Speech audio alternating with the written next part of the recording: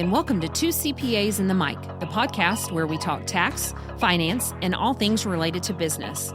Whether you're a business owner, working professional, or someone who wants to start a career in accounting, this is the podcast for you. Hosted by CCK Strategies partners Jeff Frable and Sara, we dive into relevant business and tax matters with working professionals to make these topics less intimidating, relatable, and dare we say fun? Let's get down to business.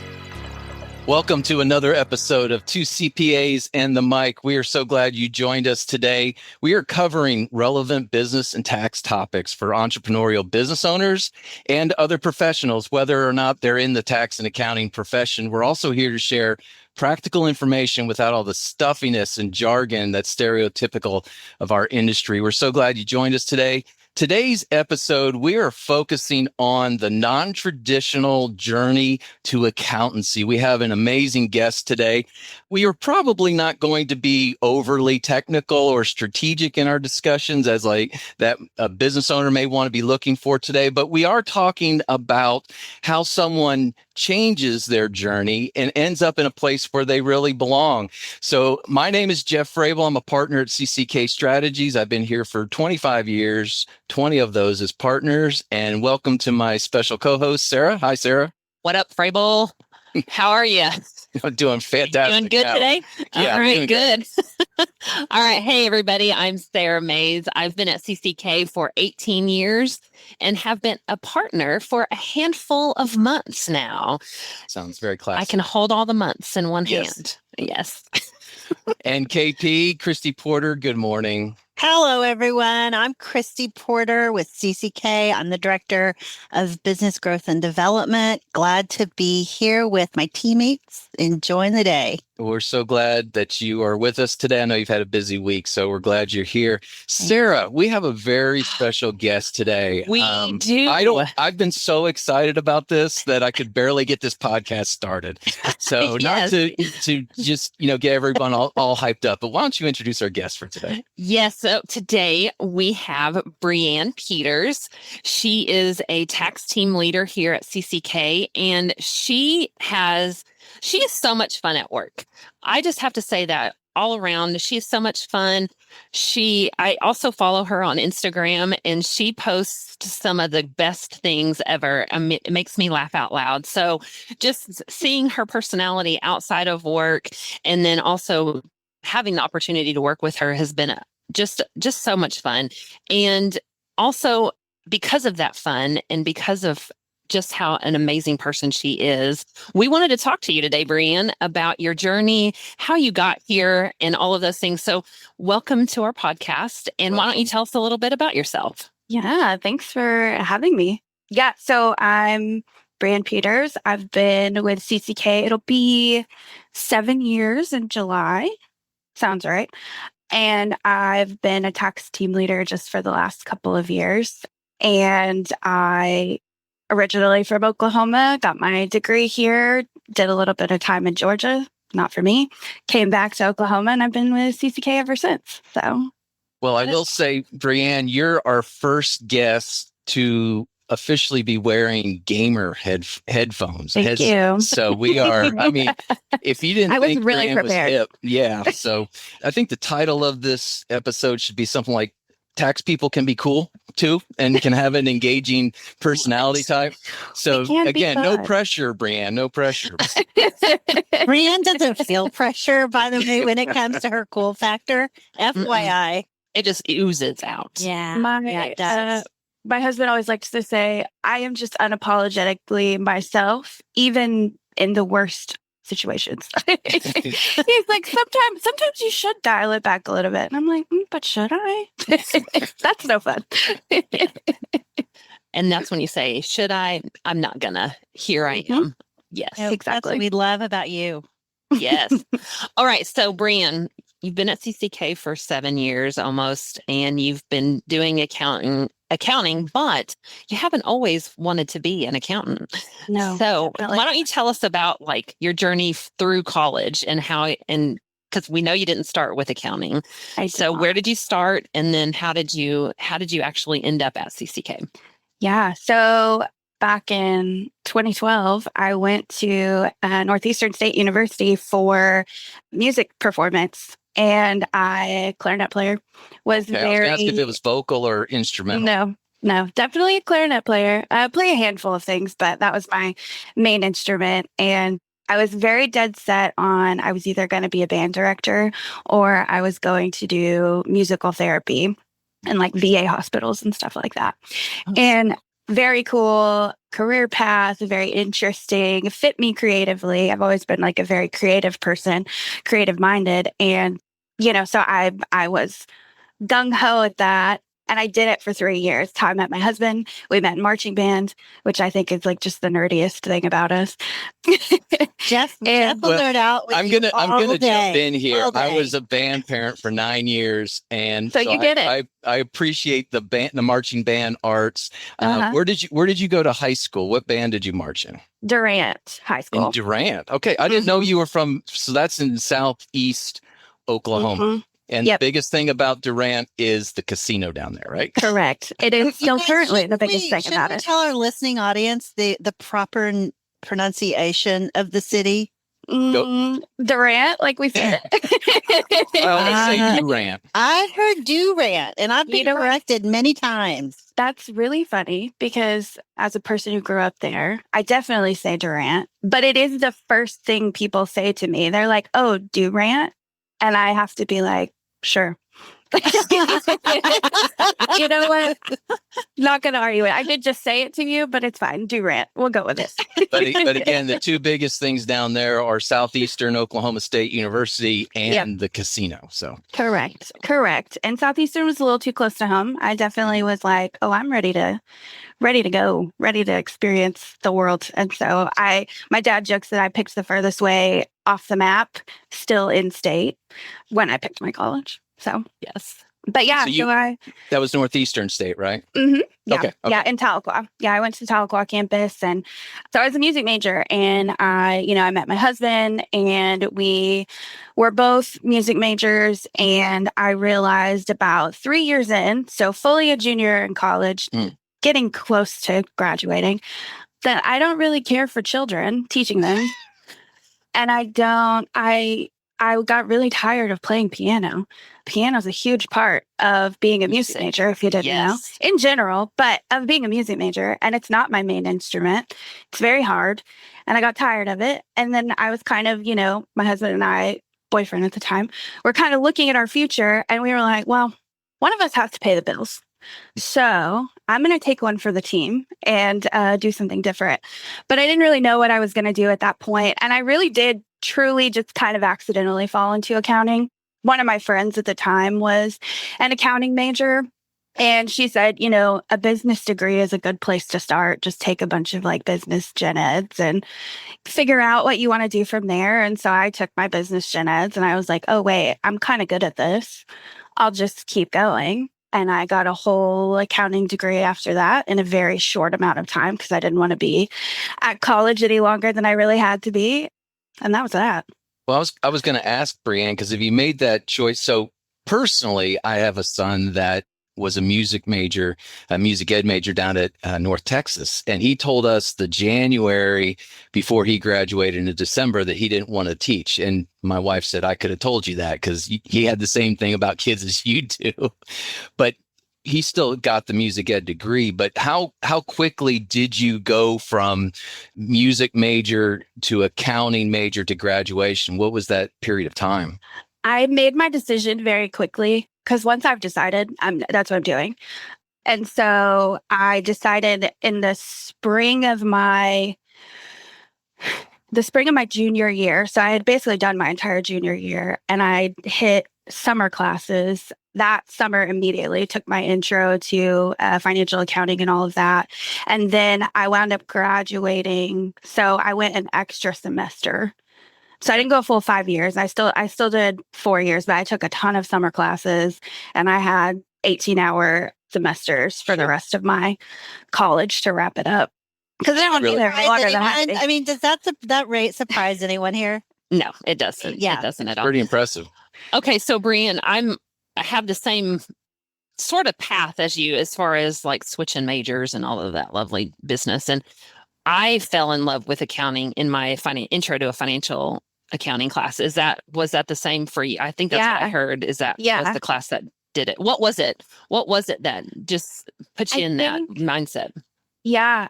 I think what I was struggling with music is everything's very subjective. Like as a creative person, everything is subjective. It's all about how you look at it. What do you see when you look at this painting? What do you hear when you listen to this? And I think that was frustrating for me because I'm somebody who likes to do things right and I like to be good at it.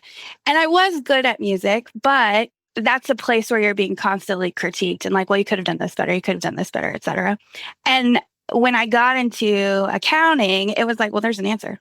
Like everything had a balance. Everything balances. Everything comes out to a number. And that's it. And there is nuance to it. There's a lot of nuance to it. And we're in tax. There's a lot of gray to it. But at the end of the day, there's an answer that we're working towards. And that appealed to me a lot coming out of the constant critique and just the subjectiveness of an art degree. And so that appealed to me immediately. And it just clicked for me. Like I understood it. Yeah. And I was like, yes, this just logically makes sense to my brain. So, BreAnne, let me ask you this question, because I know a lot of creative people, and the last thing I would have them do is do anything with a spreadsheet or financials or anything like that. So, are you a finance person that was creative musically, or are you a music person that is creative financially? I'm a music person that's creative financially. Okay. I would not... Like, don't ask me to solve a math problem. Don't ask me, I will say there was a moment I remember early on in CCK of using a calculator in Jeff's office to do like 10% of something. And Jeff immediately gave me crap about it. And I was like, you know what, Jeff? I could do this in my head, but do you want me to?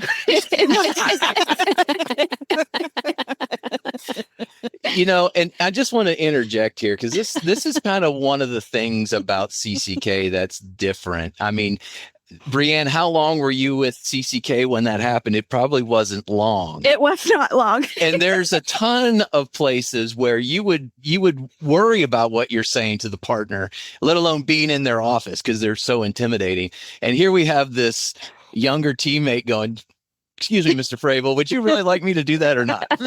Did she say Mr. Frable? I was going to say, you just added that in yourself, Jeff.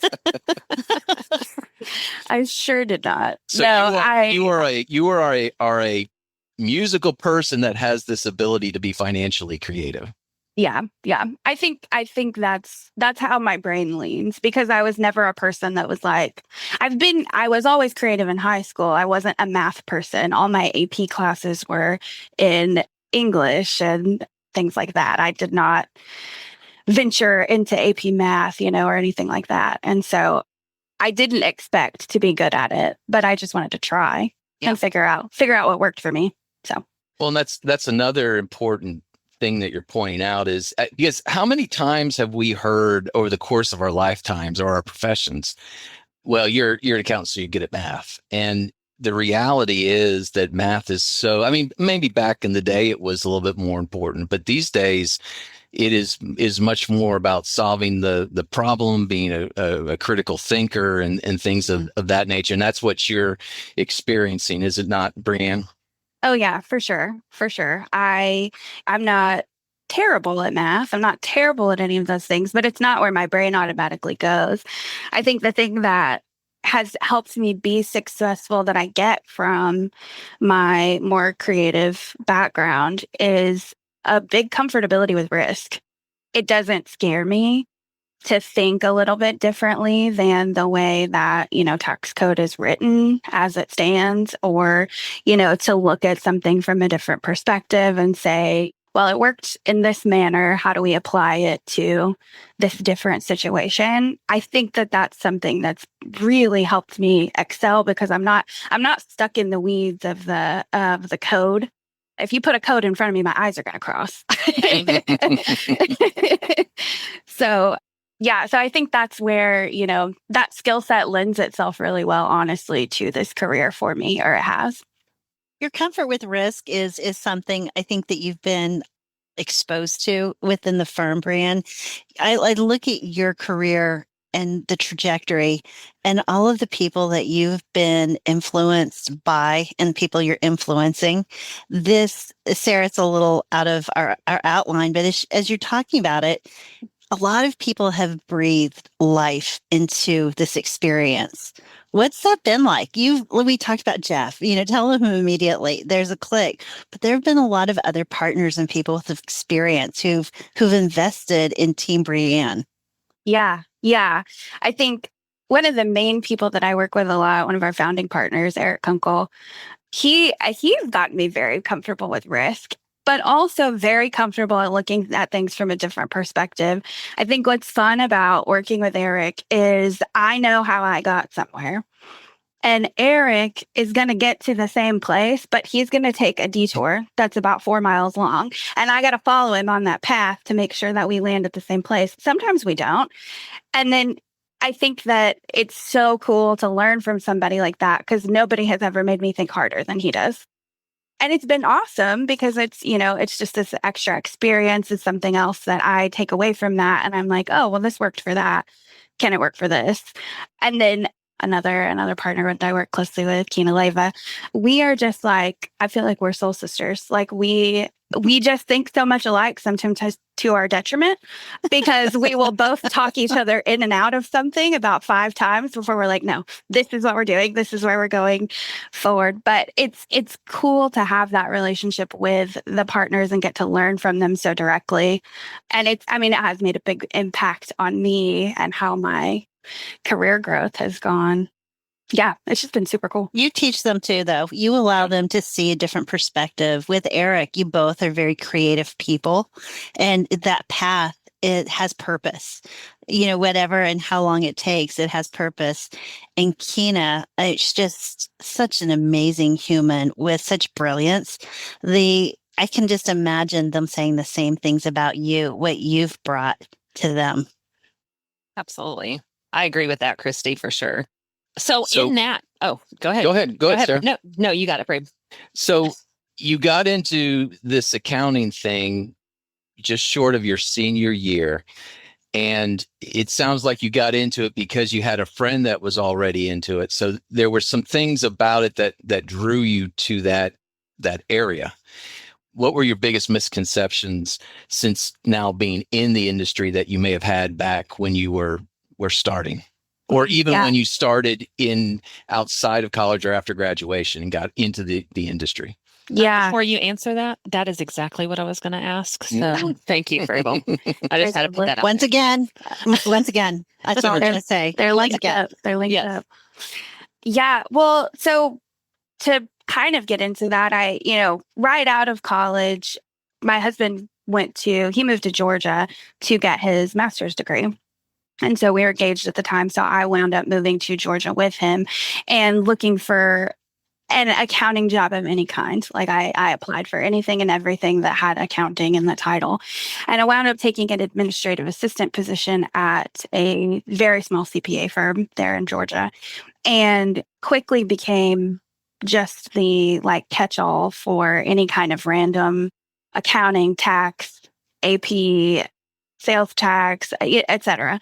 Just became the person. And I think that my misconception was that I would be doing a small piece of a whole, like that I would be doing one very specific thing all the time. And I think when you see a very stereotypical, like those commercials of sad accountants just typing away at their computer, you just imagine they're just typing into spreadsheets for 8 hours a day. And it's like, I rarely honestly saw a spreadsheet at my old job. My boss made me learn how to use a typewriter. So I hated it. You mean a literal typewriter? A literal typewriter, Oh, a big mechanical typewriter. And I said, you know what? There's got to be a way to do this on a printer. Just saying. And then I figured it out. But I think that was a big misconception for me. And then that we're stuffy. I'll be the first to say I don't consider myself a stuffy person. But especially after starting at CCK, I don't think I've met anybody that's particularly stuffy, standoffish, or even going back to your stereotypes that you guys did on the show. Like I haven't met anybody that's just the biggest rule follower in the book or antisocial. We have a very social firm. So yeah, those are the big ones that I think I went into it thinking, okay, this may not be the most glamorous job, but it'll definitely pay the bills. But I've had a great time. Well, it's glamorous when you have a podcast, that's for sure. It is pretty. Yes. It is the life of luxury for sure. As I promoted it last night on Twitter, America's hottest tax and accounting podcast. So, hey, and I love it. You have to speak it into existence, right? Exactly. Manifest. We've been laughing that we have tens of listeners. So maybe by the time this drops, we have dozens. We'll see. We'll see. You got But manifest. no, I think you bring up a good point, BreAnne, because, and we're not saying we are the only firm around that's that way, but we do have a culture and a persona that is a little bit different. And I think part of that is the treatment of being part of the family and the care that's received. But, we have to give a lot of praise to our recruiting teammates because they go through a pretty rigorous process to get hired. And so that doesn't mean that, we only hire fun people, but there's something about that needs to gel within the environment. And so it's neat to hear someone like you make that comment. So, yeah. All right. So with those misconceptions and you are breaking out of that and you're like, this is not how it really is. So what is your current role here at CCK? And so it's so far apart from those misconceptions for sure. So like, what is your current role and what does it kind of look like on a day-to-day for you? Yeah. So my current role is a tax team leader. So I lead a team of, I have 4 PMs and so project managers, a couple of senior tax analysts, and then a tax analyst. What it looks like for me, I think, is just day in, day out collaboration, helping people get things to the finish line. I think for me, what I try to do a lot in it is just develop and impart, this is how I do this. Does this work for you? And just helping people manage workload and their due date management and things like that, which doesn't sound too exciting, but I think my team, I'm very fortunate to work with all of them. They're the best. There's no arguing that, but they're just so fun. And I think they let me bring my lightheartedness and personality to the team. They laugh at my jokes, which is really helpful. It's good for my ego. We also have a team mascot. I was going to ask about, just write it down. Tell us, is this Goose Willis? Yeah, this is Goose Willis. Okay, how does that come about? Well, so, man, what a question, Jeff. So on Facebook, there's a Facebook group called the Portuguese of America. And there is a phenomenon of all of these plastic geese and people purchasing them to put them on their porch, dress them up in various costumes for holidays, etc. And I saw this on Facebook and I said, I need one immediately. And I got one for my birthday. And then I was telling one of my teammates about it. And she was like, well, you have to bring it into the office. It needs to be in your office. And I was like, you're so right.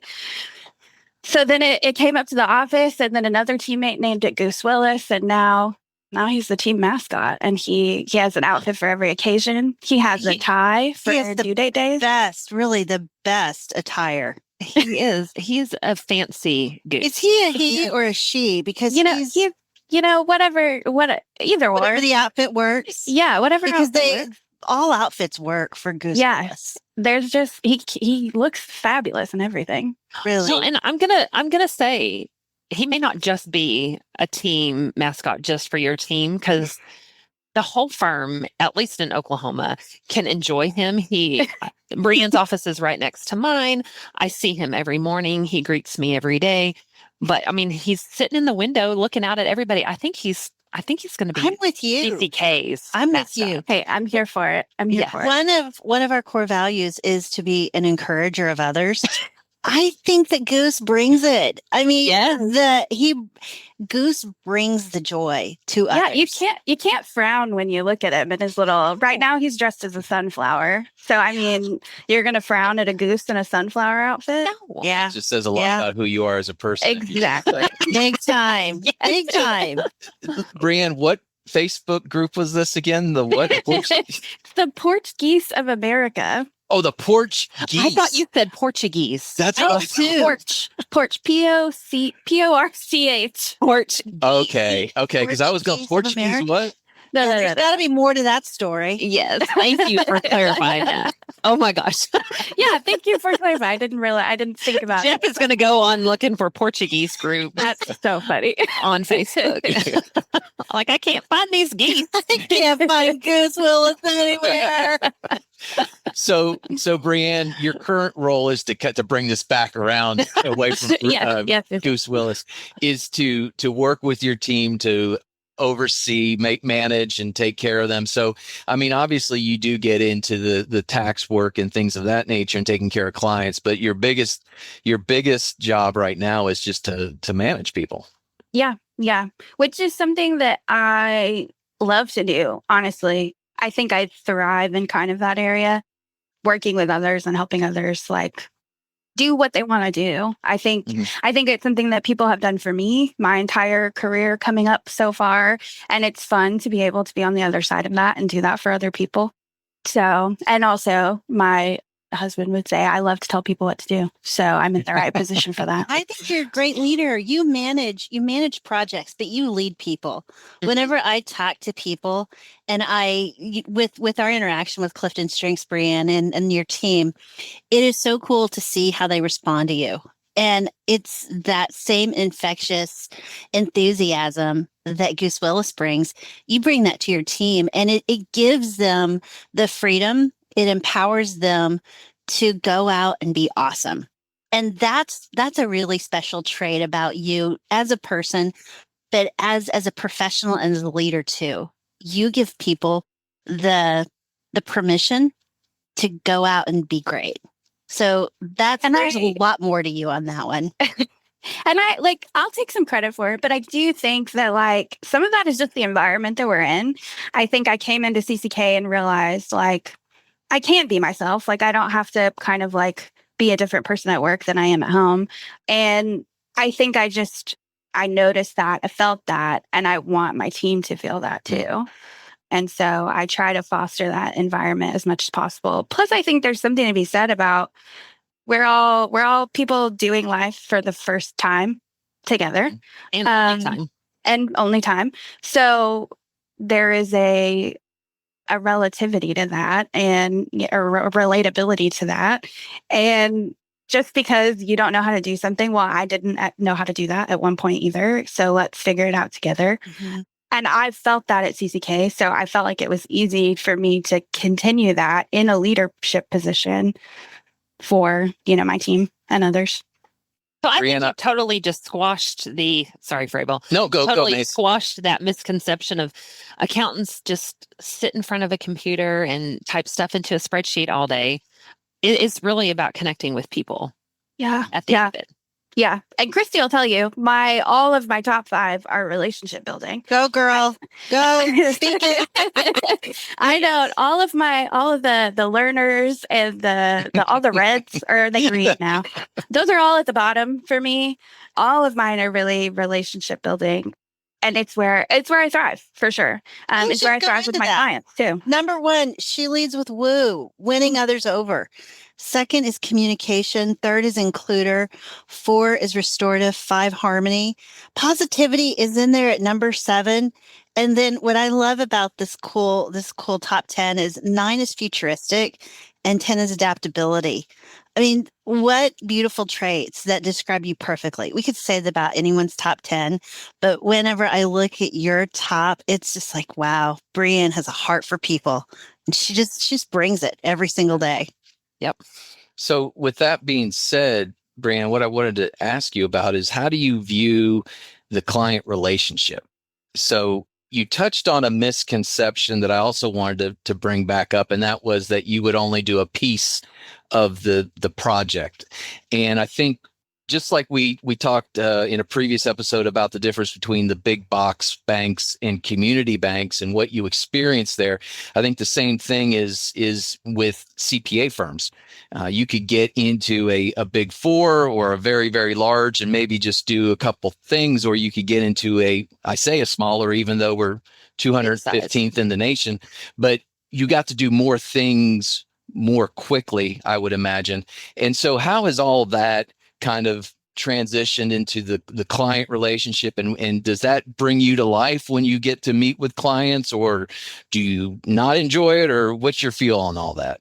Well, I love people. So I love meeting with clients, and I love to talk. So I love meeting with clients.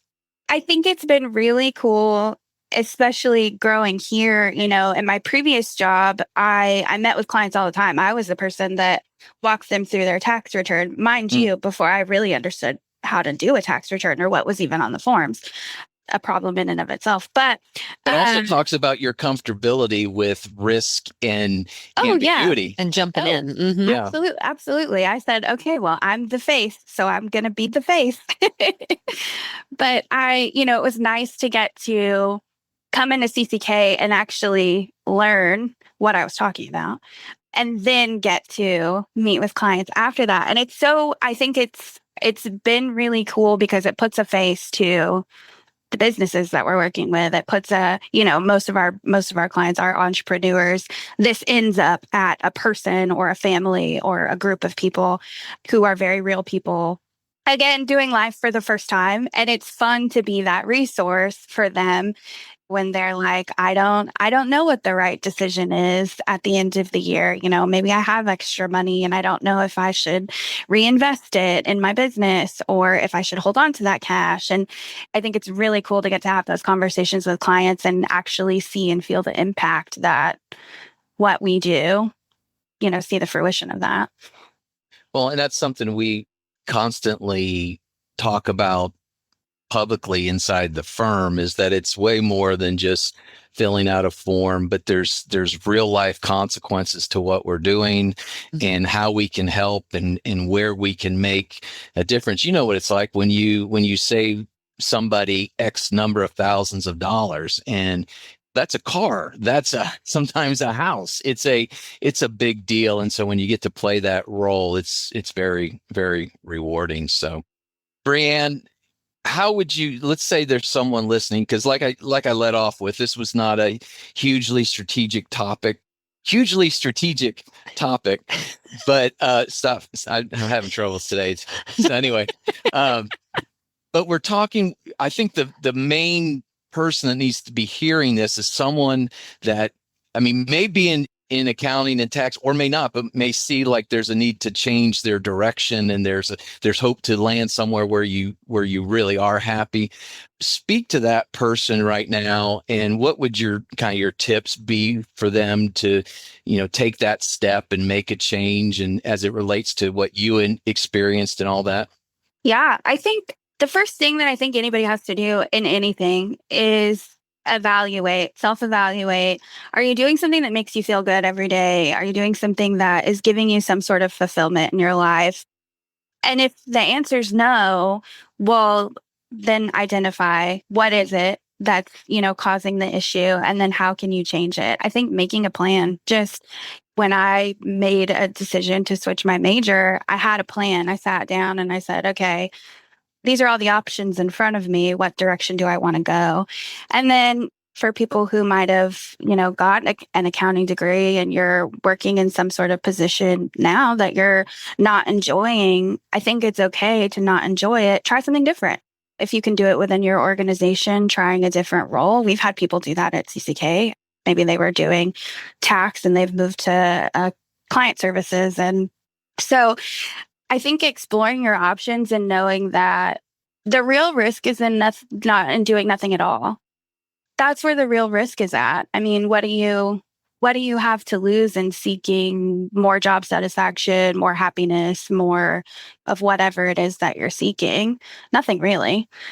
You lose the opportunity to seek those if you don't take the opportunity. So I don't know, just, get comfortable with the risk. It's not as scary as it seems. Yeah. Just the question I had when you were sharing that, BreAnne, is so you were in the music world and you made this decision to change to accounting. How long did that take you? Because you almost come across like this person that says, I'm going to do this, and you went. But there must have been an evaluate. You were talking about evaluating. What was that evaluation process like, and how long did it take? I think it took a little less than a month, and it was right around, genuinely, less than a month.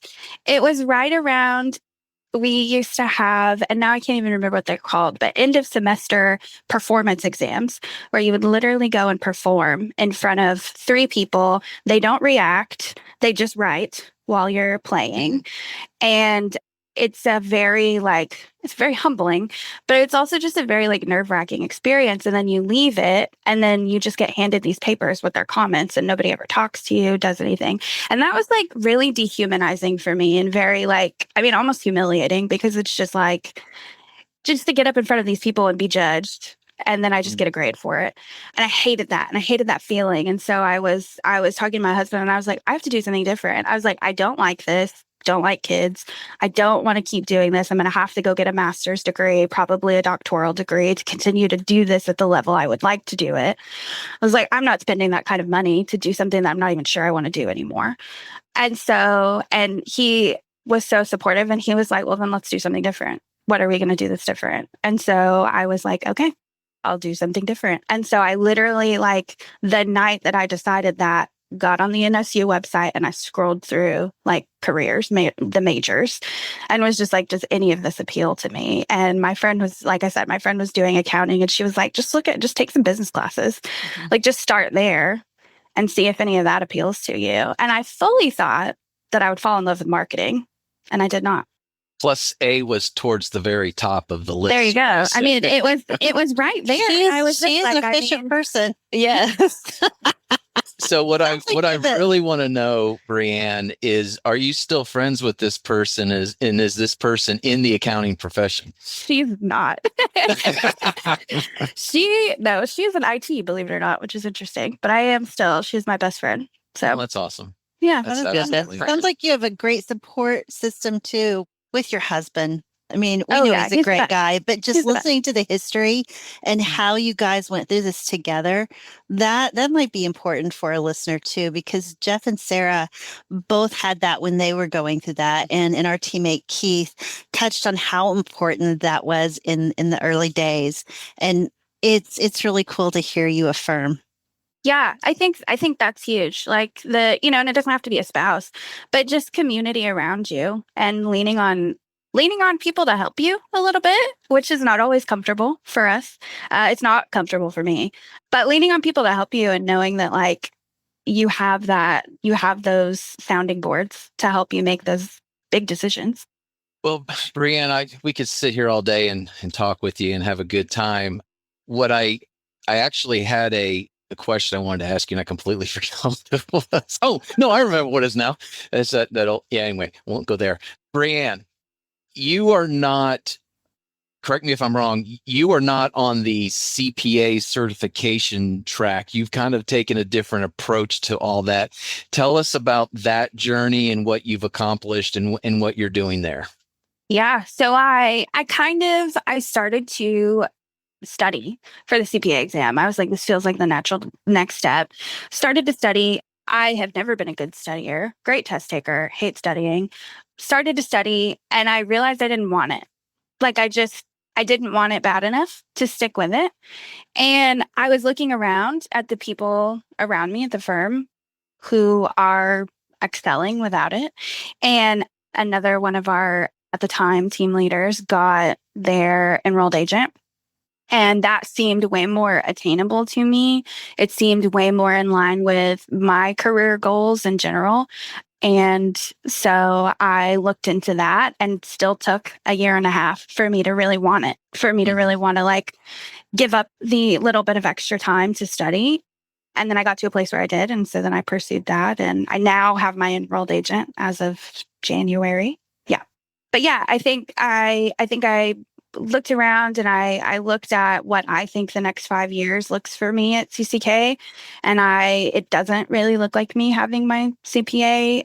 It looks like me leading people and doing what I really enjoy doing, and I didn't need it for that. Right. So I didn't. Yeah. Well, and you just kind of naturally gravitated to where I wanted to go. I was, aside from working at CCK for the rest of your life, which you're going to commit to today, I was kind of wondering what are your goals and aspirations professionally? Yeah, I think a lot of people they come into this and they're like, I'm partner track. That's what I want to do. I don't necessarily. I don't think, I mean, if I'm honest from where I'm at right now, it feels like a lot of responsibility I'm not ready to have.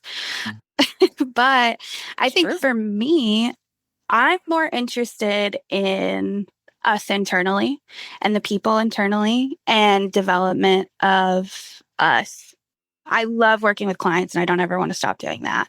But I think what appeals to me most is managing and developing our teammates internally. And that's and I don't know what that looks like 5 years from now for me, but right now it looks like being a team leader. Next year probably looks like being a team leader. And we'll just kind of see where it goes from there. Well, you're speaking my language, BreAnne, because as you know, I've struggled for years and years with how does a relational person thrive in a strategic profession like this, and I'm learning more and more about how important people like me are, and I see that in you. So when you say that's my goal and my aspiration, we cannot minimize how important that is in the size of our firm. When you're talking about 100 to 150 people, how do you all get along? How do you take care of each other? How do you work together efficiently and productively? And with tools such like Clifton Strengths and things like that, it just helps us all be better people together. And so I think those goals and aspirations are wonderful and very much needed in the corporate world. So yeah, I love that you're using them here at CCK. That's for sure. Yeah. yes. You guys, I know that sometimes we talk about, wow, that sounds like a great title for this podcast.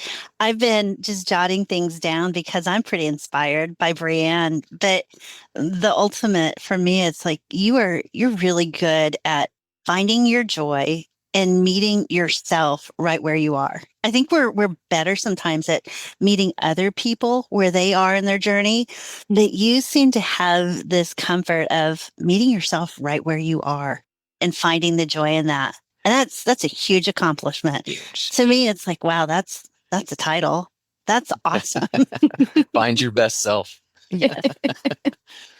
Well, BreAnne, we're so glad you took time today to join us. I think you shared a lot of great comments and content and tips about how you follow yourself through a journey and how you're true to yourself and make decisions and all that, and very encouraging to others that may be going through a very similar situation, whether it's in tax and accounting or somewhere else. But before we let you go today, there is one thing we do have for you. Yeah. Is it a nickname? I hope so. No nicknames.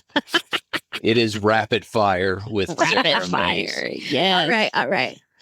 All right. So I have a few questions for you. And so you just answer them off the top of your head. Okay. Sure. All right.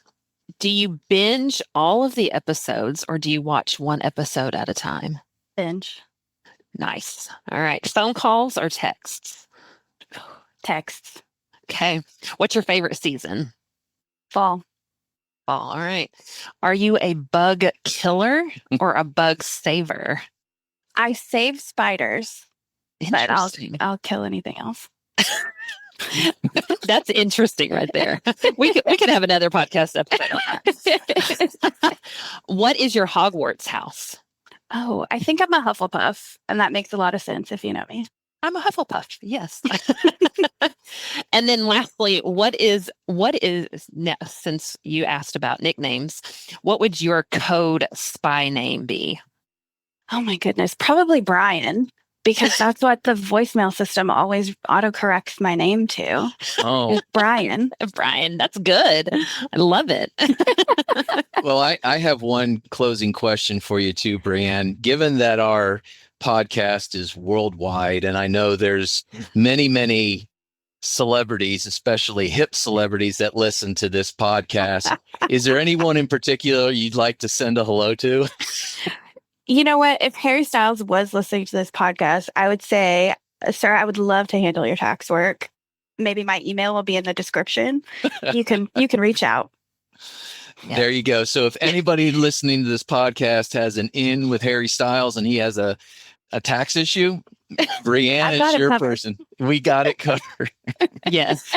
You know, I don't know if you know this, but my future daughter-in-law to be is a huge Harry Styles fan. Oh my gosh. So, I'll take her to a concert so fast. Yeah. Well, he needs to go on tour again. I won't make her go to Italy with me for 48 hours, but I don't think you did what? Yes. You don't know. Say Okay. this? Hold up. First of all, before you go down that story, it was 2023, right? yes, I believe so. How many Harry Styles concerts did you attend? Oh, I think 13. Yes. And I then, think 13. and your most adventurous one was Italy. Yes. So we had a friend who she travels a lot for work, and she said, "Hey, I have airline miles. I could basically get us to Italy for free. You'd only have to pay for your hotel. Do you want to go to the final show of Harry's tour in Italy?" And I said, "Say less. When are we going? My bags are packed."